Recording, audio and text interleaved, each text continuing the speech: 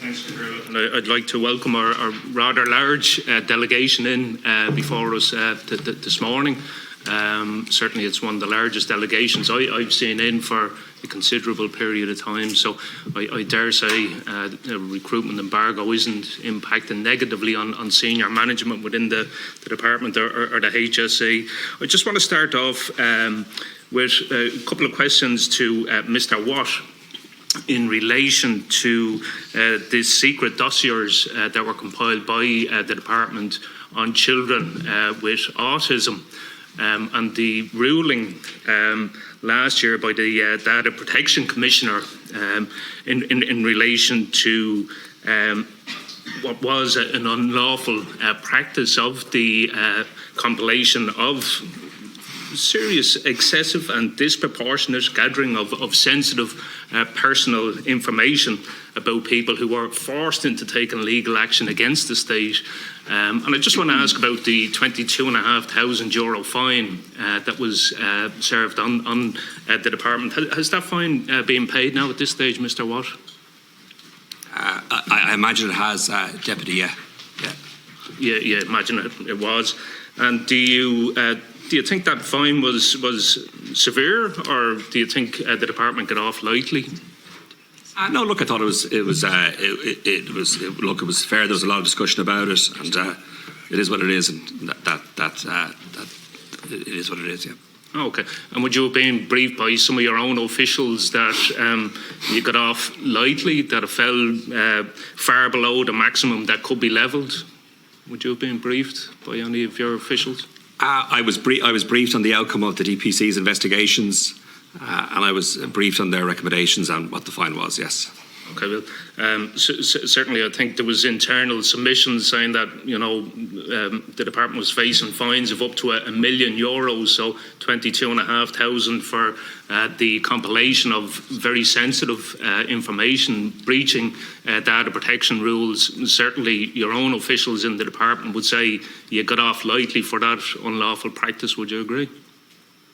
They made their ruling, Deputy, and we accept the ruling and we paid the fine. Okay, so any of the issues identified by the Data Protection Commissioner in terms of holding that data, has that practice fully ceased now?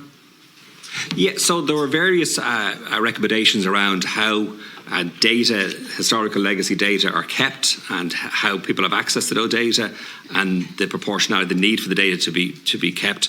And we have changed the rules and issued new guidance to people in terms of colleagues across the department about how data should be. So the department's fully compliant with ruling from the Data Protection? I think in respect of the particular recommendations that were made, yeah, we're you think, or are you sure? Well, I hope we are, Deputy. Hope you are. So that's you never be 100% sure about any compliance. But no, this related to cases that were going back many decades. In fairness, Mr. Watt, I'm well aware of what the ruling was and what it was for. I'm asking you as the Secretary General, can you give us assurances that the rulings laid down by the Data Protection Commissioner are now fully enforced and that the department is fully in line with the ruling? Yeah, no, I think that's fair. We are at this stage. Yeah, you are at this stage. We've understood the recommendations. Yeah. Okay. Can I ask you, just in terms of the families and the children that were directly affected by having their data unlawfully compiled in these dossiers, has the department or have you issued an apology to those families? So this matter has gone on over the last number of years, and we've met. I'm aware. Have you apologised to the families and the children in relation to the unlawful collection of their data? We met some time ago, and this, I think, this issue arose, I think, in 2000, 2001. I can't remember exactly. Mr. Watt, I'm very conscious. I'm asking you a very specific question and direct question. Have you apologised to the families for the unlawful collection of the dossiers? I don't recall exactly the details, but I think we did. We certainly.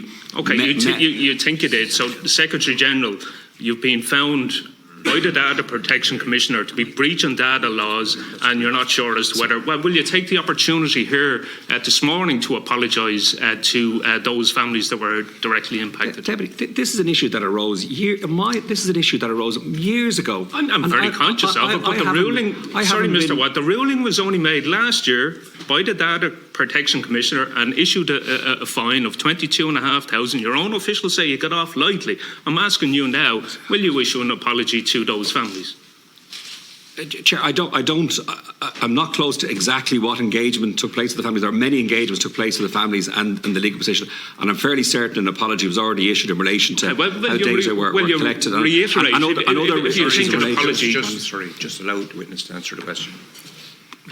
No, I'll come back, Chair, on the exact details of what was communicated to families, because I'm not exactly sure. Will you take the opportunity here again, if you're not 100% sure if an apology has been issued, will you issue one again here today? But Chair, I don't know what more you want me to say. I'm not. Okay, you're refusing to take the opportunity here today. What he's indicated is that he's not certain of what happened there, and he will come back. He might be able to come back before the end of the meeting, maybe with some clarification. We'll come back over the next when I have the opportunity to speak to colleagues exactly what the position was. Okay. I think it's a missed opportunity here this morning. But can I just ask in relation to the whistleblower that exposed this practice of these dossiers, Shane Corr, would you agree that he'd done a massive service to the state in exposing this rotten practice within the department? So I'm not commenting on any matters in relation to Shane Corr. There are issues in relation which I'm not in a position to comment publicly about them. Okay, well, I think you've done a massive service. Can I ask, in relation to standards in public office, who it is reported have launched a preliminary inquiry into complaints that have been made by Mr. Corr. Are you aware of those reports, Mr. Watt? I'm aware of the reports, yes. Okay, are the reports accurate? I'm not commenting on those matters. Due process will have to happen there, you know. Okay, no, fair enough. I'm just one. Can I ask, have SIPO been in touch with you, Mr. Watt? I'm not commenting, Chair, on these matters. It's not fair to be asked now on these matters. Okay, these are, I understand, as I understand, investigations are meant to take place privately. Everybody, I think, is due to their rights. Okay, so any inquiry, will you fully, participate in any inquiry that may be initiated? If there is one initiated, will you give a commitment to fully cooperate with it? Of course I will, Chair, but I'm not discussing this matter. Sorry now. And if this matter wasn't indicated to us in advance that it was going to be discussed, it wasn't indicated. It's not a matter related to the appropriations for 22, or indeed any other matters that I was asked to be prepared to talk about. Thanks, Mr. Watt.